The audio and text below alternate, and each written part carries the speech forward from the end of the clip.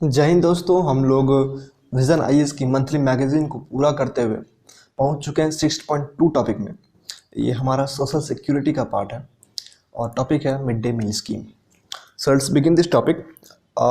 तो ये न्यूज़ में इसीलिए है कि गवर्नमेंट ने डिसाइड किया है कि हम लोग 1200 करोड़ जो बच गए थे, क्योंकि कुछ महीने से बच्चों को खाना नहीं दिया गया है, स्कूल्स बंद है, तो जो बच गए हैं उनको हम लोग बच्चों के अकाउंट में ट्रांसफ़र कर देते हैं।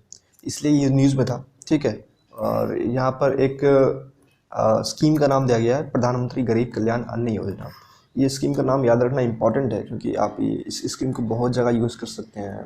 Beat poverty, beat unemployment, beat बहुत सारे इकोनॉमी, बहुत सारे एस्पेक्ट में आपका यूज़ कर सकते हैं, क्योंकि इस स्कीम के तहत बताया गया था कि मतलब इस स्कीम के अंडर गरीब लोगों को 5 रुपये पर केजी फूड मिलेगा पर मंथ।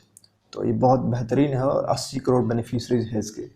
तो बहुत अच्छा स्कीम है ये, और इसको यूज़ कर सकते हैं हम लोग बहुत जगह पे, इसीलिए इसका नाम याद रखना बहुत ज़रूरी है, ठीक है। और यहाँ पर history of mid day meal scheme दिया गया है, ये हमारे सिलेबस में है नहीं, ठीक है। ये बस अंडरस्टैंडिंग के लिए दिया गया है विजन इस मैगजीन में, ठीक है।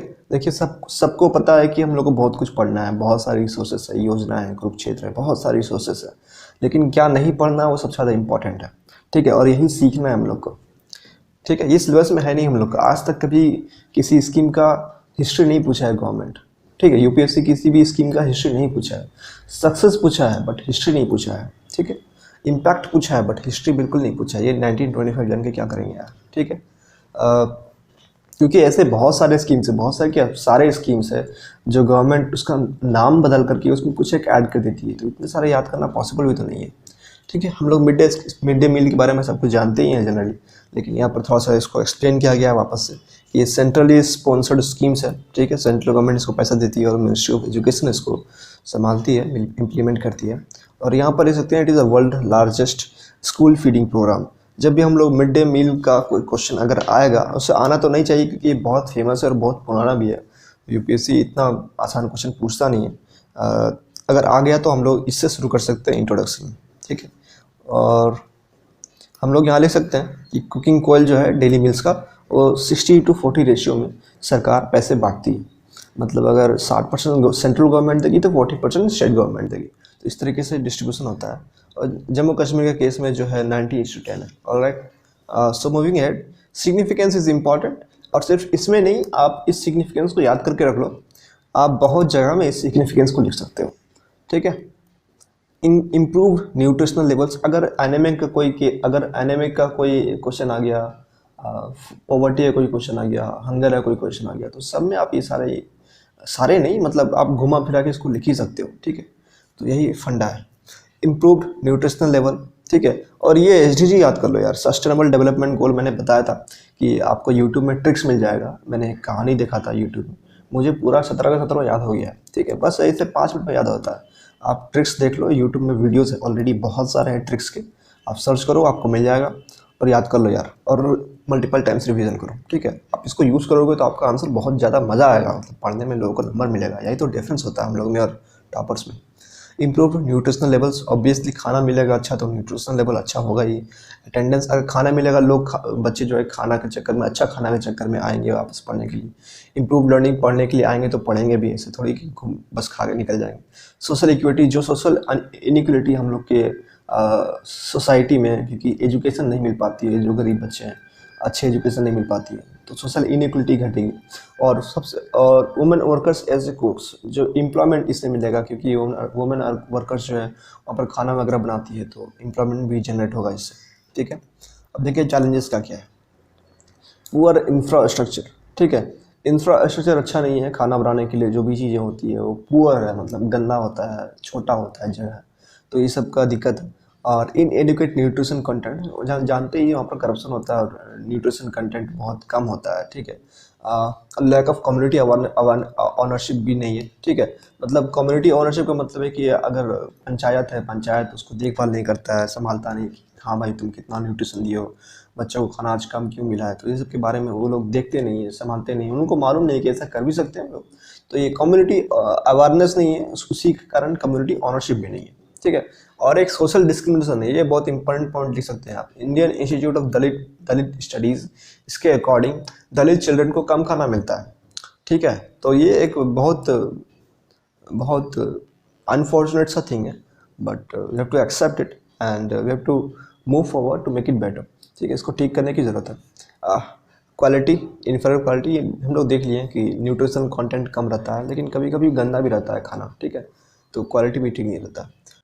देखिए मॉनिटरिंग मैकेनिज़्म, यहाँ पर प्रोविजंस है कि हम लोग को जो डिस्ट्रिक्ट कलेक्टर्स है, एसडीएम है, जो भी आईएएस तहसीलदार वगैरह है, वो लोग को मॉनिटर करने के लिए है प्रोविजंस, बट मॉनिटर करते नहीं हैं, चिल मारते हैं। आईएएस बन गए अब तो भाई मज़े तो मज़े हैं, अब तो हम तो 4 बजे ऑफिस जाएंगे। नहीं 4 बजे नहीं, हम एक आईएएस से मिले थे, मतलब मिले नहीं थे, कुछ काम था एसडीएम से, तो वो सुबह से आए नहीं और 2 बजे तक बैठे रहे हम लोग उनके ऑफिस के बाहर में।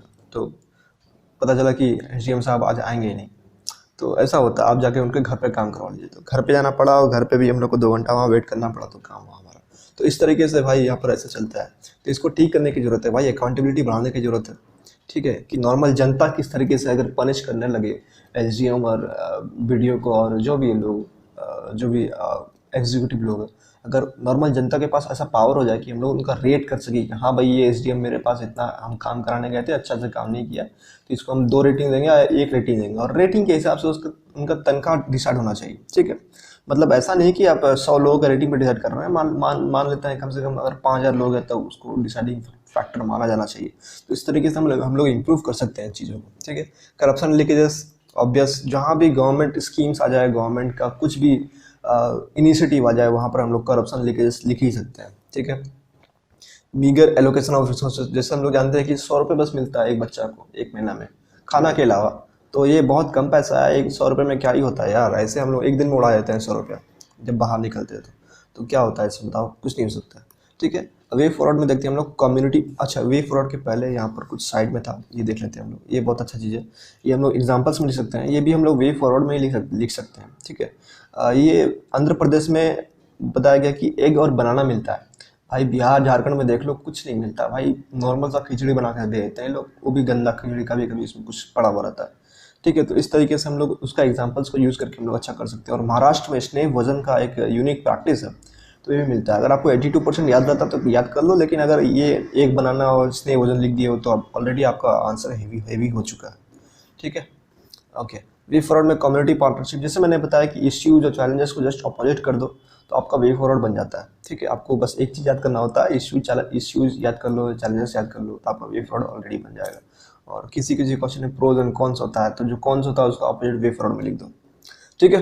कम्युनिटी पार्टनरशिप पार्टिसिपेशन, मैं क्या करता हूँ ना, जनरली एक या दो एक ही स्कीम्स को याद कर लेता हूँ जो बहुत ही फेमस है स्कीम है, उसको गवर्नमेंट इनिशिएटिव में मैं लिखता नहीं हूँ, और उसका सक्सेस रेट याद कर लेता हूँ, उसका सक्सेस कितना हुआ है उसको मैं लिखता हूँ कंक्लूजन, और बताता हूँ कि हाँ देखिए ये जो स्कीम है बहुत अच्छा काम कर रहा है, और ये सक्सेस रेट है, और अगर हम और अच्छे से काम करें तो और अच्छा मिल सकता है हम लोग को, ठीक है। तो इसका कंक्लूजन में भी हम लोग को एक्स्ट्रा मार्क्स मिल सकता है इससे, ठीक है।